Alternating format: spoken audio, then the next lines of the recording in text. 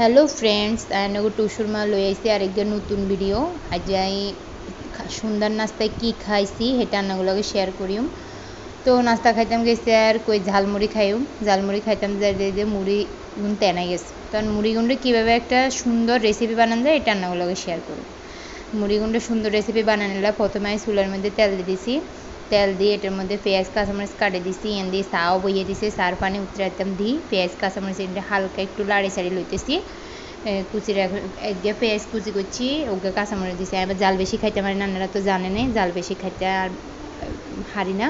এটা লাই আমি পেঁয়াজ কিন কাঁচামরিচ কিনলে দিই, হালকা একটু লাড়ি সাড়ি লইম, বাজে টিজে লই আর এন দিয়ে মুড়ি কোগারে লই চালি লইছি, মুড়ির নিচে যেন বালু না থাকে। তো এবার চালি রান্না মুড়ি গুন্ডি দিছি আইলের মধ্যে দিয়ে এই গুন্ডে একটু এটার মধ্যে লাড়ি সাড়ি লই।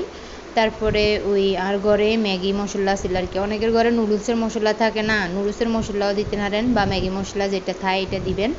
এখানটা হালকা একটু লাড়ি সাড়ি লই, এটার মধ্যে আই অল্প করে কুদ্দুর সাদে ম্যাজিক দিয়েছি, এক প্যাকেটের একটু সামান্য দিয়ে রে সাদে ম্যাজিক এখান দিয়ে আর একটু লাড়ি সাড়ি লই মুড়ি গুন্ডে। তারপরে হাঁকে দিয়ে চার মধ্যে চা পাতা দিয়ে দিলাম, একটু চা উতরে গেছে, চা এগেন হইতে থাকবো, এখান দিয়ে জালমুড়ি বানাই খাই।